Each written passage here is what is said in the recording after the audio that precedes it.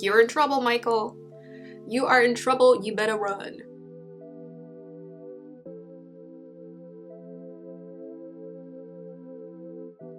Hey guys, welcome back to my YouTube channel, Shantia here. So if you're new to my channel, this channel is dedicated to helping women live in a way that feels the most natural to them. Today we're doing a review for Married at First Sight, Season 14, Episode 7.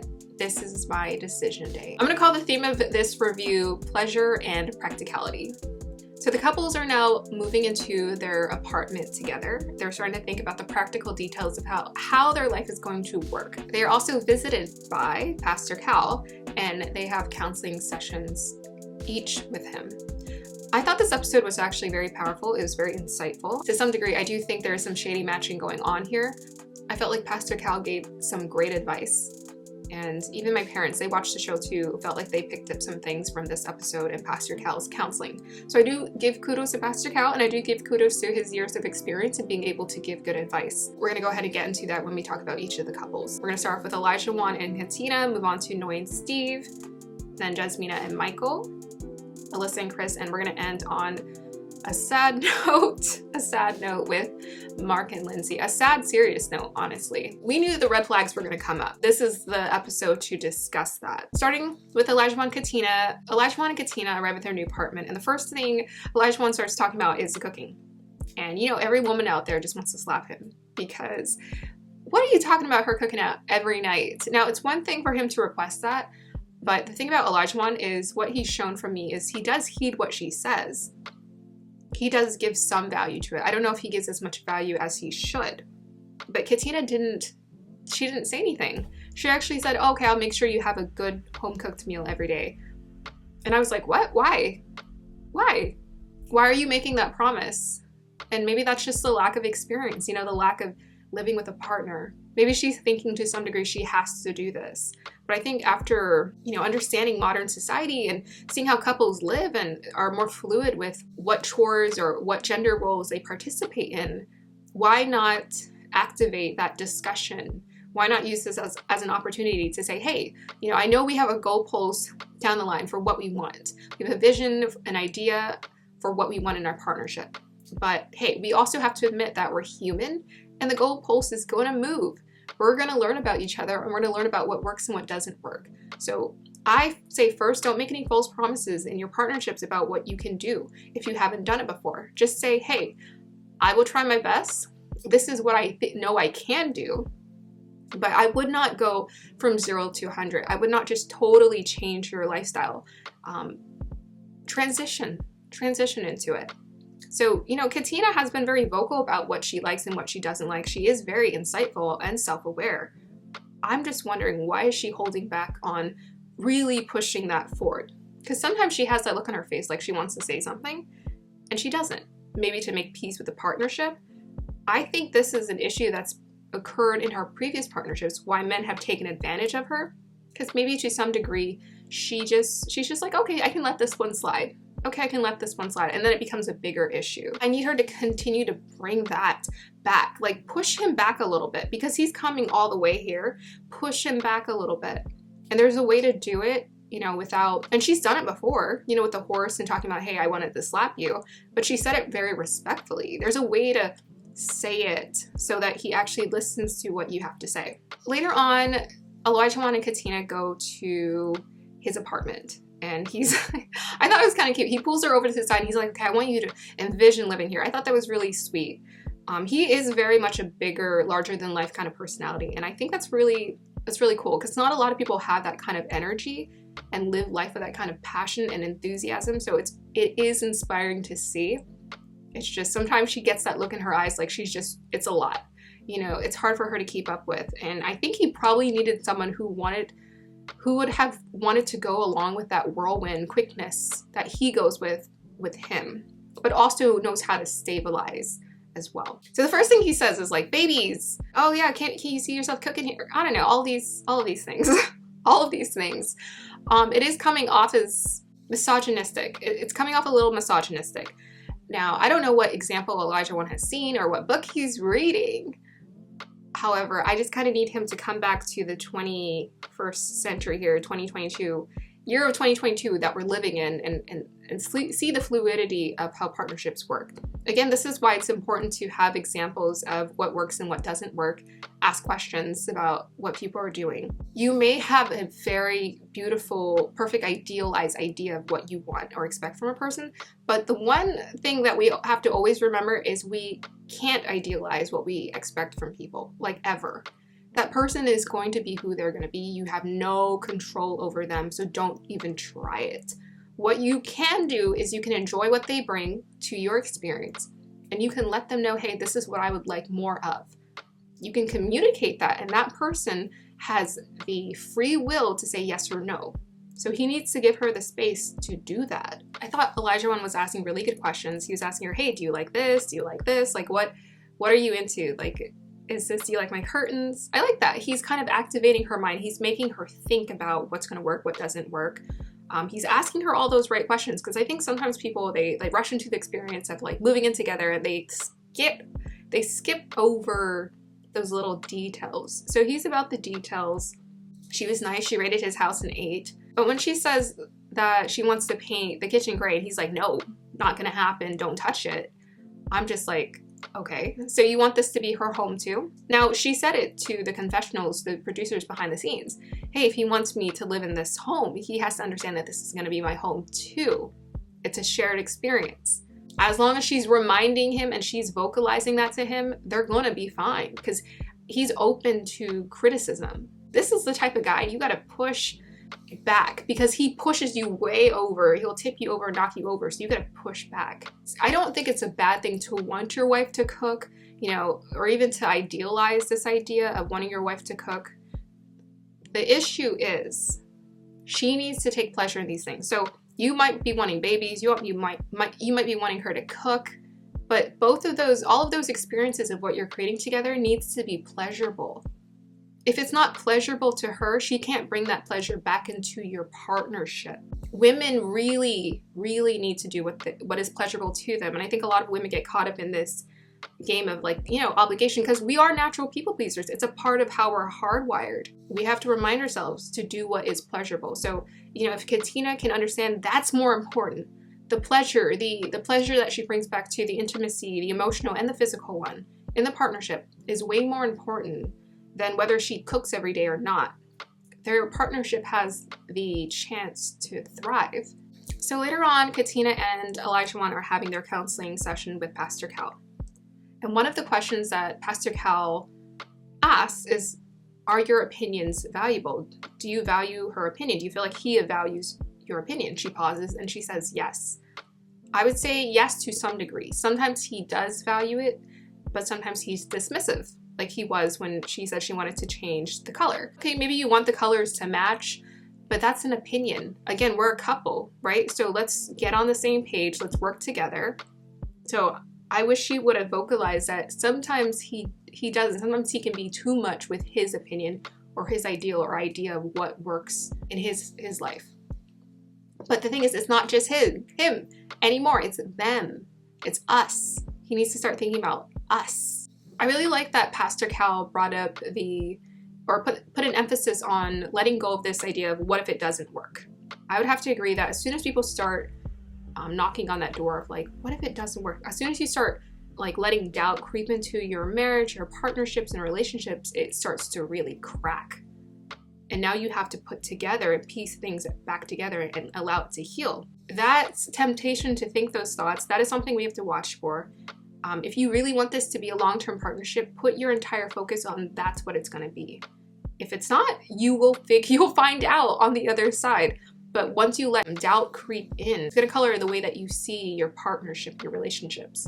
And it's going to kill the potential it has before it even has time to, or the ability to flourish or bud into anything more, or blossom into anything more. Then Pastor Cal brought up the intimacy.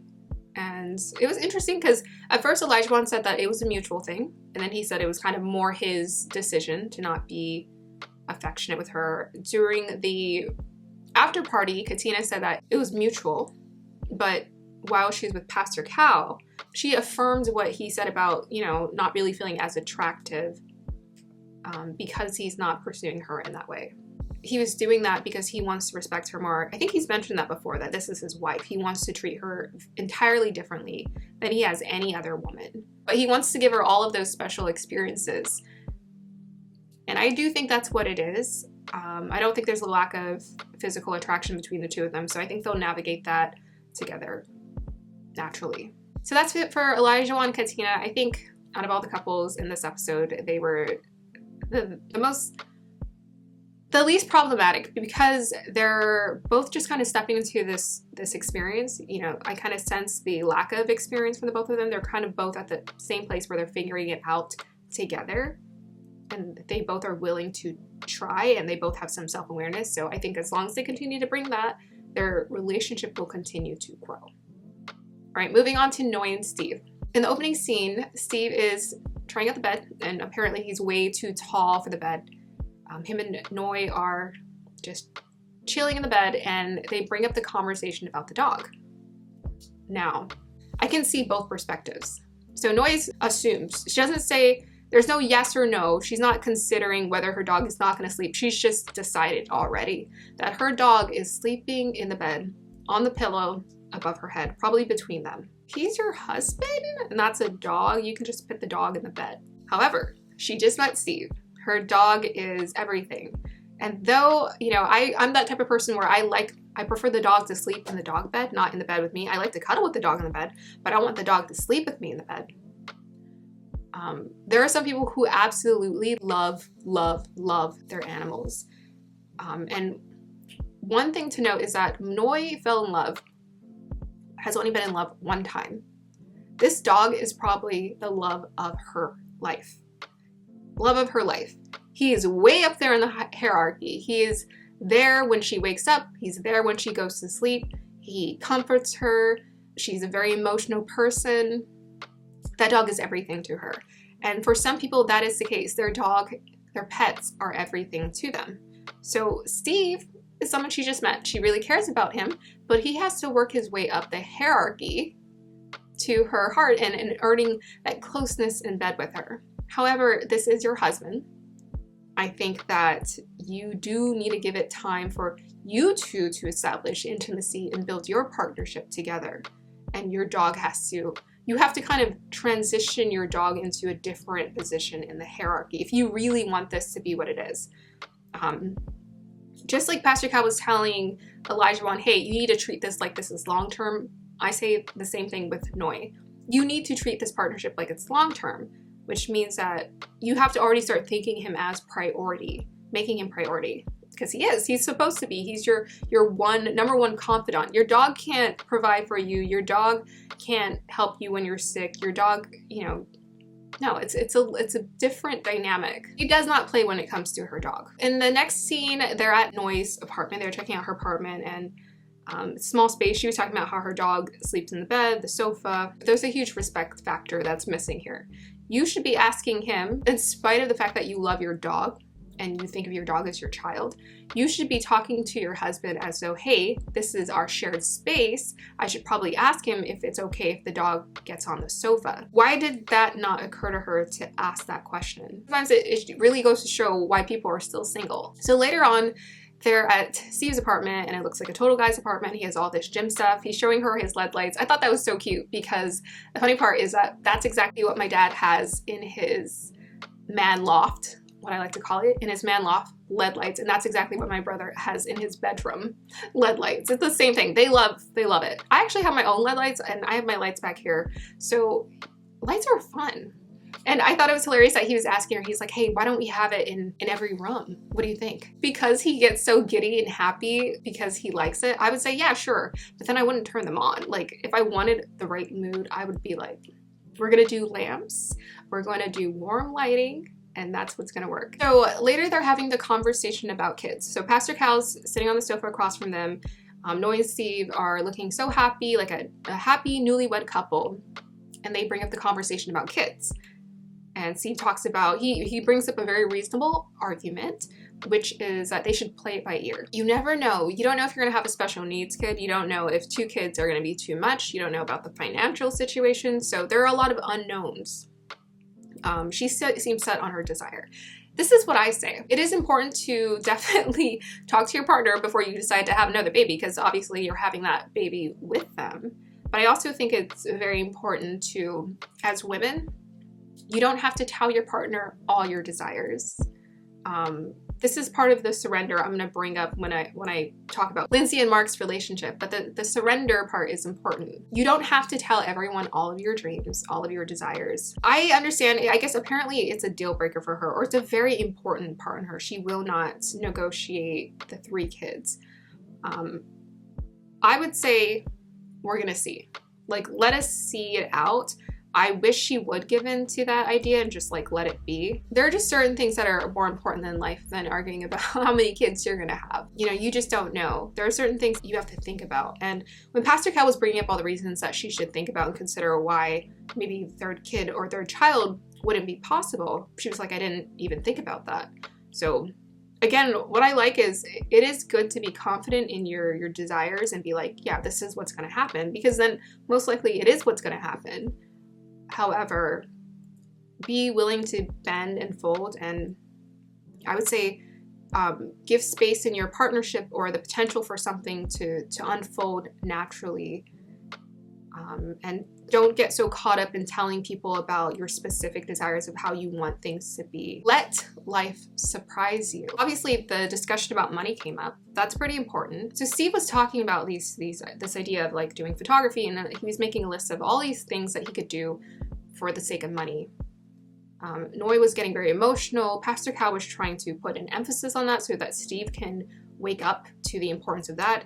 He's saying, hey, she doesn't have the luxury of not having a plan because of what she did experience, the trauma that poverty did cause and created for her. So Steve, as we said before, we need the plan A, B, and C. You can't just not have a plan. Now, when he's doing his confessionals behind the scenes with the producers, he seems very well aware that he does need a plan, but then he calls it a sacrifice. Am I willing to make the sacrifice when dreams and creativity is important? Why sign up for this show? Why get married? That's exactly what you need in order to have those things, is stability. Like, if you want to go become Elon Musk, like, go and become Elon Musk and go dream and create and be single or just date. Don't get married, because now you're putting her in this situation with you. Now she has to wait for you to grow up when that's not her job. So I think for the sake of Noi, the only honorable thing for you to do, if you feel like you're making a sacrifice by finding stability for the sake of having a happy marriage and the ability to take care of your kids, then the only thing really for you to do is to end the partnership. That would be the most reasonable thing to do, unfortunately, because you don't want to lead this person down a pathway of false expectations of what you can do. I don't think Steve thought it through. I do not think he thought it through. Again, there's been so many people who have come on the show who are just like, I want to get married, but they just don't, they're not ready to get married. They lack the self-awareness, they lack the stability, they lack the emotional or the physical stability to be in a partnership. And I feel like this should be a shoo-in. Like, when you're vetting someone for this show, the emotional and the physical stability, the ability to take care of your family, and the emotional stability should be guaranteed. Like, it should be so blatantly obvious. I wish the best for Noi and Steve. The only way this is going to work if Steve decides that Noi, he calls it a sacrifice, but he has to decide whether Noi in the future he wants with Noi is worth the sacrifice, because that's what he called it, a sacrifice, if it's worth it for him. Moving on to Jasmine and Michael. All right, so we have some issues. We got some issues. I think, yes, Michael for sure was playing some games here, but both of them are being dishonest. Jasmine and Michael are moving into their apartment. For the first 2 days, I think, Jasmine decides that she's gonna go to her department because she's looking for a doggy daycare for her dog. However, she confessed later that she just needed time to reset. And Michael said that. He's like, I think we should move in. I think once we start moving apart emotionally, we're not doing things right. We're moving further away from each other emotionally. And she's like, no, that's not why I'm leaving. So both of them are immature, and both of them are stubborn, and both of them are dishonest for the sake of being right. It's like a constant theme that keeps showing up. Let's go ahead and acknowledge that she lied about the doggy daycare. She just needed a reset. But when he called her out, he didn't even necessarily call her out. He just stated it. She immediately got defensive. Why even lie? And why lie with a straight face? Why be right? Both of them are constantly trying to be, you know, like the one up or one right. There's a competitiveness between the two of them. And when you're in a competitive partnership, you're not in a romantic one. There's no space for the romance because you're not fighting for the same thing. You're not on the same page. You're not on the same team. In that same conversation where they're standing in the kitchen and they're talking about the doggy daycare situation, Michael is asked a question by Jasmine. She says, have you ever lived with a woman before? And he says, no, never. Let me repeat that. He said, no, never. Why would you say that when you have two, not just one, two female roommates? Craziness. I don't understand it. I don't understand. It's suspect. It made me feel some kind of way. I think Michael's playing games. There's a lack of maturity thing. It's like weird. So it's funny, like the lying thing, it reminds me of the Michael from like a few seasons ago who was also, well, he was like a pathological liar. He constantly lied and lied and lied and stacked lies on top. Michael lied by omission. He wasn't honest. There's something going on, but it's like he doesn't even have the courage or the self-awareness to understand that the importance of being honest and direct about what really is going on. I think both Michael and Jasmina, because even though Jasmina said that she was looking for the doggy daycare, he picked up that there was something more going on. I think both of them have like a understanding that there's like a weird game the two of them are playing with one another. And it's like a mind game, and it's an emotional game too. We do not have time for the games. I just don't know that they really have what it takes to like move anywhere beyond or past these issues, because the lying is the weird competitiveness. It's so under lying, and so it's kind of like secretive and subtle, but it's happening constantly. So later on, Jasmina and Michael, they both saw each other's apartments, and of course Michael's roommate pops out for a minute, and it's a girl, and he's just like, oh, it didn't come up. Oh, I didn't know. I mean, come on, dude, common sense. You seem like a smart guy, but the way he gets so like spacey and quiet sometimes, and he's like in his head thinking, I don't think he was like, for sure he wasn't ready for this, but I don't think he knew what was expected of him. I'm not even sure if he knows why he signed up for this experiment. I remember he said he had a conversation with his sister, and he decided based off of that conversation that he needed to get his life together. Marriage was most ideal for him. But I'm like, but what do you want, Michael? I think you need a little bit more time to figure out what you want, because you're in your head, you're overthinking, probably because you're not doing things that feel natural to you. Like him and Jasmina together feel so unnatural to me. There's such a dryness and awkwardness between the two of them. It's starting to get very mind gamey.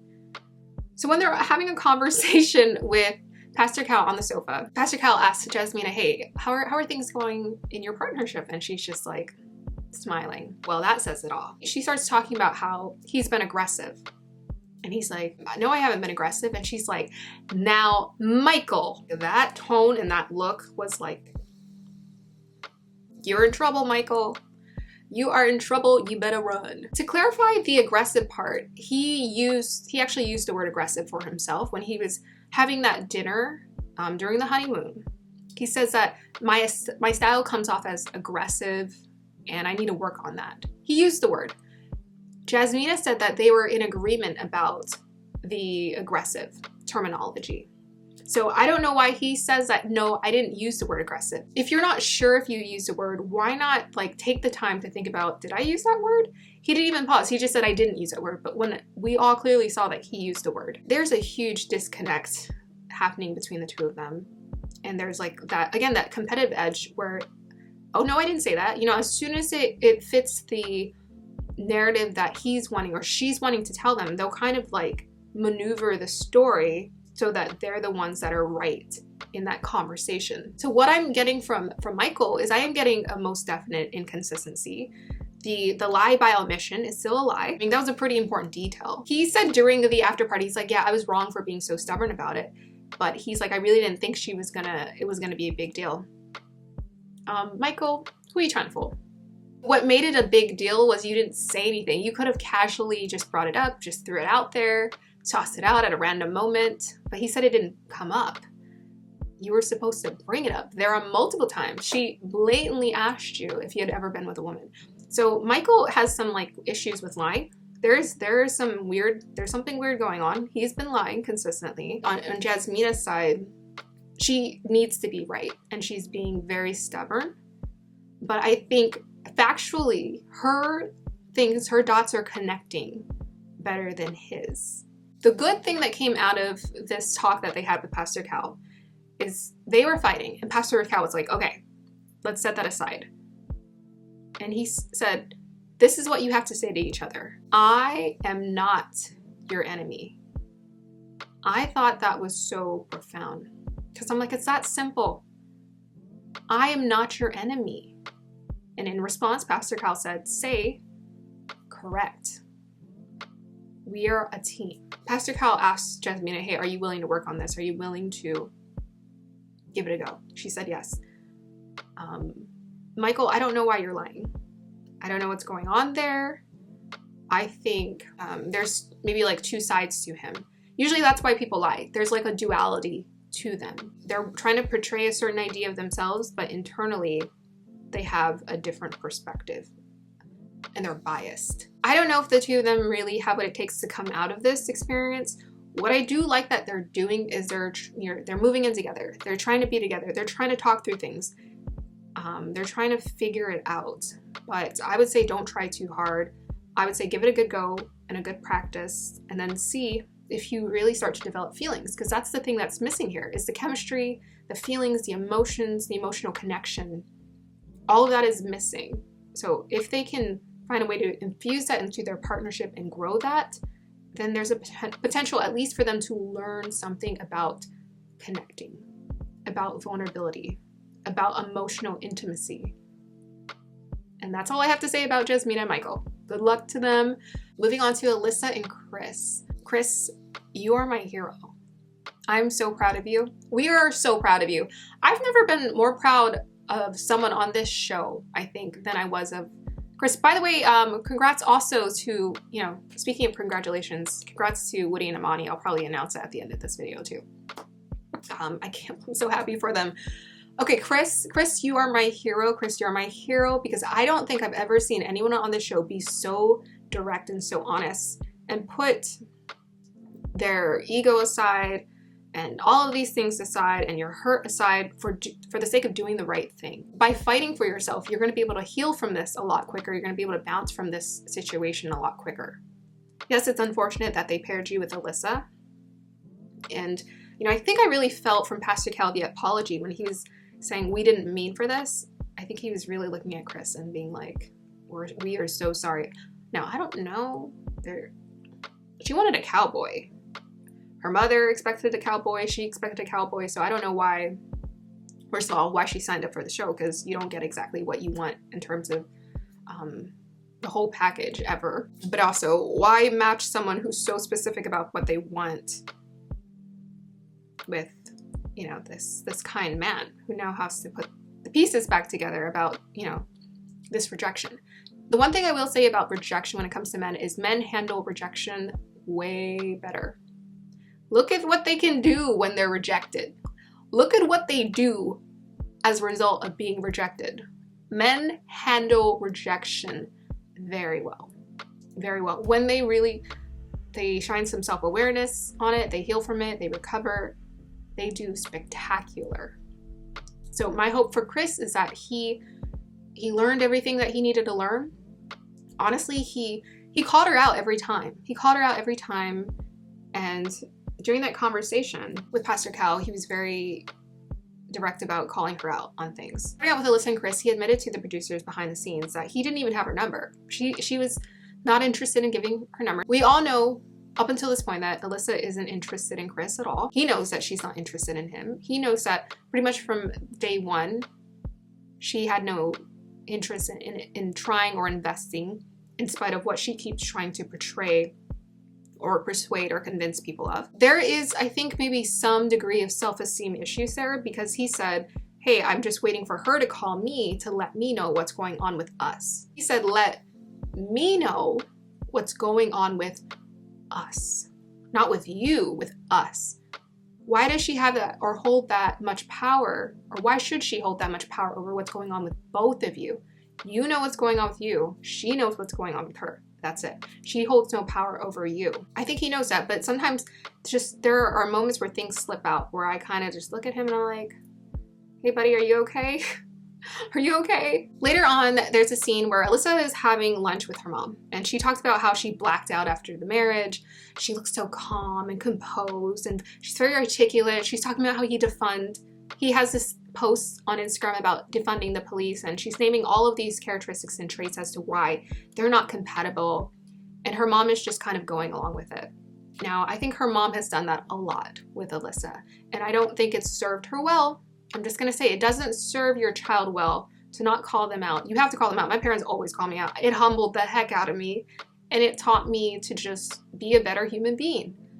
You need to call that girl out. Stop letting her know and going along with whatever she says. I think her mother has continuously catered to her madness, and the madness in your child's life as a result is going to continue with not only your child, but in other people's lives. Other people are going to be impacted by your child's madness as a result of the lack of accountability being held. Alyssa hit this word. She really knows how to hit key phrases. So think about Trump. Trump would use keywords that would trigger people. Alyssa does the same thing. She would say things like lack of respect. He doesn't respect me. Because this paints the picture that this man is just deplorable. He's the worst. You shouldn't even be by or around him. But Chris couldn't have been more different, more opposite. He's a perfectly nice guy. She was using every bit of arsenal she could find against him. And I feel terrible for that, because he was exposed to, honestly, a very mean-spirited person on this show. And that wasn't fair for him. He didn't do anything wrong. He was so great, and we're all cheering him on. And Alyssa, I mean, I don't know if she's on Facebook or anything, or Instagram or anything like that. Your character is going to show. People are going to call you out for it. I hope you have the wherewithal and the integrity to self-reflect and see what you need to work on, just like Michael called out. He said, I hope she self-reflects on what she needs to change, because she has a lot of things going on there that need work. She even said that she was allergic to dogs, even though she has a dog. She's talking about long hair. You know, the way it made me think about like a killer, right? It's so dark. It made me think of like a killer, because you think about that, they think through these elaborate stories. They have like elaborate stories for defending everything that they did. Like all the details, and trying to twist it and turn it so that they don't look like they're the guilty party. That's what it sounded like to me, and that's dangerous. Fast forward, and Pastor Cal is sitting across from the sofa of Chris and Alyssa, and Chris says, this is my decision day. And I was like, oh, are you going to say it, Chris? And he did. I'm so happy for you, Chris. Move on. And Alyssa comes back with a comeback. I worked so hard. I worked so hard to get here. I don't know what you're talking about, girl. We don't know what work you're talking about, and I don't know why you keep using these words, I work so hard, but if that's the reality you want to believe in, that's the reality you want to believe in. We're ready to move on.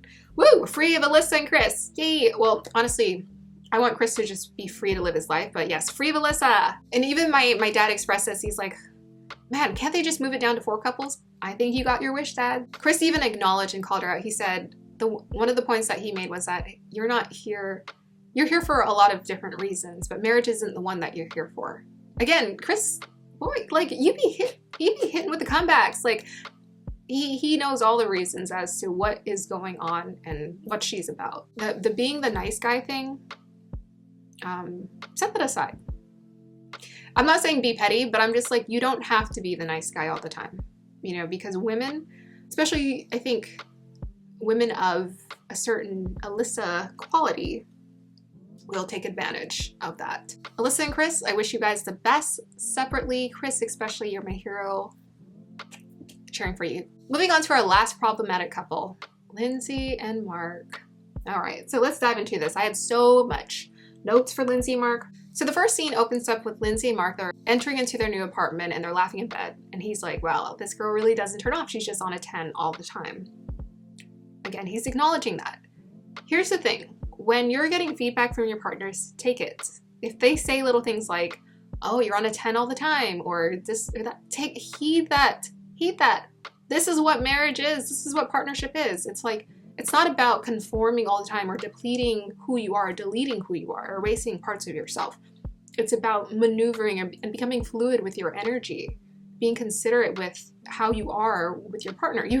Marriage is a place to learn how to be the most considerate, to set aside your egos. And they did that before, but in this episode, all of the issues came back because the intensity and the reality of day-to-day life hit. I feel like Lindsay truly needs a very high energy partner, or someone who feels very entertained by her wildness. But there are many reasons as to why I think, regardless of how charming Lindsay can be, she's not really going to be able to find that partnership because there are a lot of issues that are unresolved within herself. There is a huge lack of surrender happening on her part. She's very dominant. She's very critical. When they were brushing their teeth, she was talking about how he even brushes his teeth like Mark the Shark. When they went to his house, she talked about how they had went to his dilapidated house. She called it dilapidated. Mark even later, during a conversation with Pastor Cal, called out how the words she uses are condescending, come off condescending. Mark, that's your intuition speaking. They are definitely condescending. Again, who did she date? Liars, cheaters, stealers. She has nothing good to say about her previous partners, and that's sad because she stayed with those men. She was in intimate, close partnerships with those men, and she has nothing good to say about them. That says more about her than it does about them. Later on, they're checking out Mark's apartment and they're checking out his place, and she's looking at all of his stuff, and he's like, oh, that's my Keurig, that's my George Foreman grill. And she's like, oh, we're getting rid of that Keurig, too much plastic.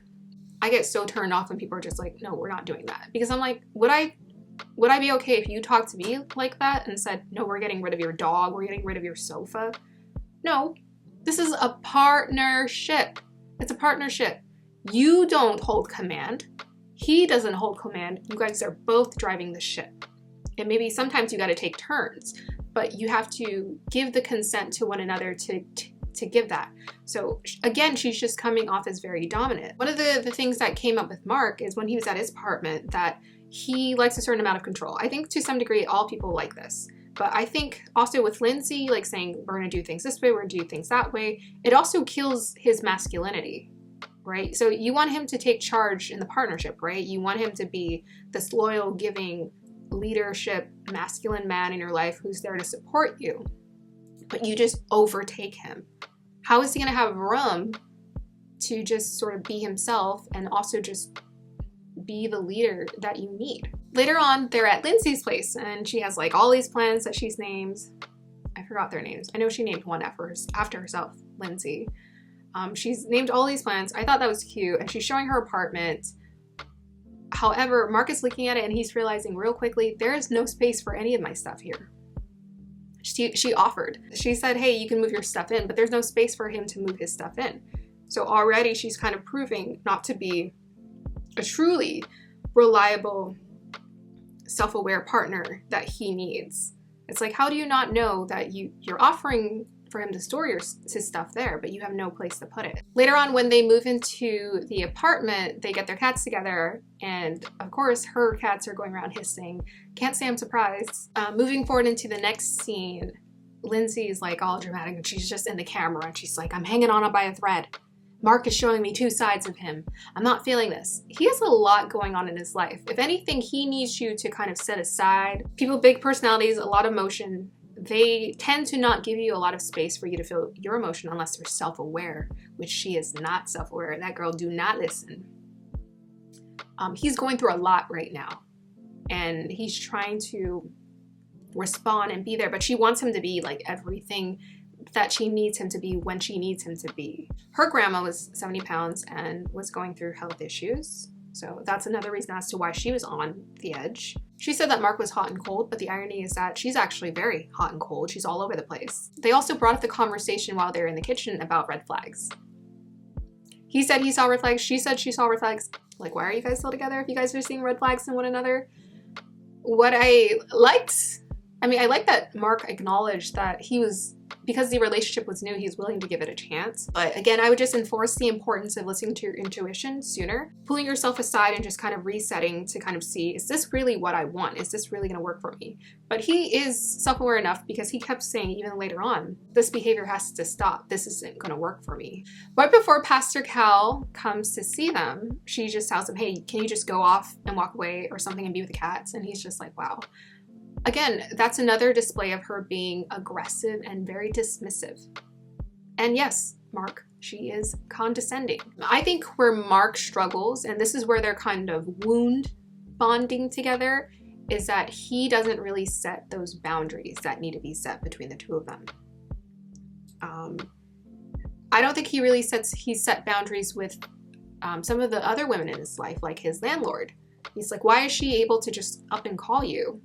When it's your honeymoon. During their conversation with Pastor Cal. So after Lindsay says, oh my gosh, you're not there for me, and you went from 0 to 100, and you're not giving me your best self. Pastor Cal addresses that he's afraid to say things to her because she's so much. And Mark is like, well, yeah, I am afraid to say things to her because I'm just getting to know her. I don't know how she's going to react to everything. And Lindsay immediately says, well, get over it, man. That's one example of the condescending word usage. And then Mark goes into confessing and talking about the issues in the relationship. He says that the intimacy that they shared, it was working the first or the second time, but I think he said it was fine the first time, but then the second or third time, it didn't feel right. He didn't feel in his body.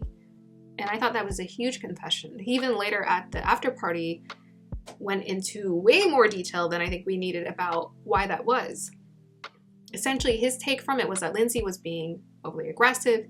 He didn't want to be intimate, and she did. And there are two things I think that need to be addressed when it comes to this. One, that is your partner, and I think your intimate details I think require a little bit more of a filter to talk about to others, to talk about on TV. Second, I don't think your partner should ever be pressuring you. And if you ever feel like you're pressured, again, I think that's a good example of the lack of boundaries that Mark has. If she pushes, you say no, you say no. No is no, that's it. We move on. He didn't feel in his body. I think that's a huge deal. And that's really, if that's the case, that's really sad. Again, that just goes to show that she's way too dominant in the partnership. She needs to let him maneuver things and be flexible and open to his desires just as much as she is to her own. Even after he confessed, she said, okay, let me think about all the BS reasons as to why he should feel that way, because apparently I've never given him a reason to feel that way. And Pastor Cal's like, Lindsay, are you listening to this man? He said that he didn't feel like he was in his skin. She's just so dismissive. She does not notice other people's pain. She's too busy noticing her own. She has no space to notice his pain. And this is going to be continuously very problematic. This makes me feel like, again, the experts did Mark especially a disservice in matching him with her. Pastor Cal he said twice, listen, Lindsay, listen. She didn't listen. Mark mentioned that, hey, I know everything you do is coming from a good place. I would have to totally disagree with that. Everything that she says isn't coming from a good place. And that's just not the case with most people. You know, he talks about the pure heart and coming from the good place, but really that's covering up the underlying issue, which is that it's not coming from a good place. It's coming from a hurt place. You know, all of these emotional reactions are coming from a hurt place. So I think it's very important to distinguish that when people are coming at you, it's not always coming from a good place. I want to see, and we want to see the good in people, but that's our projection. The reality may be something entirely different.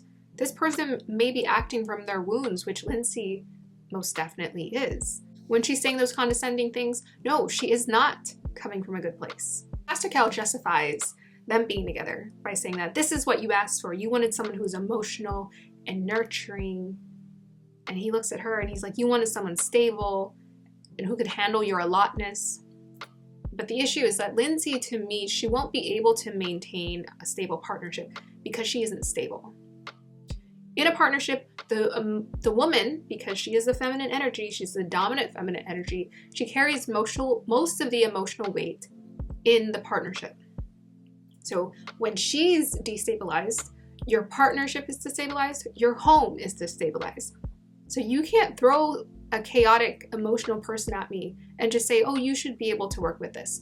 No, I can't work with anything because I have no stability to work with here. Mark, of course, behind the scenes says that she says things that trigger me, and they're not there with her all the time. They don't know what it's like all the time. So it's easy to counsel and say, hey, put up with this. But who actually has what it takes to put up with a lot?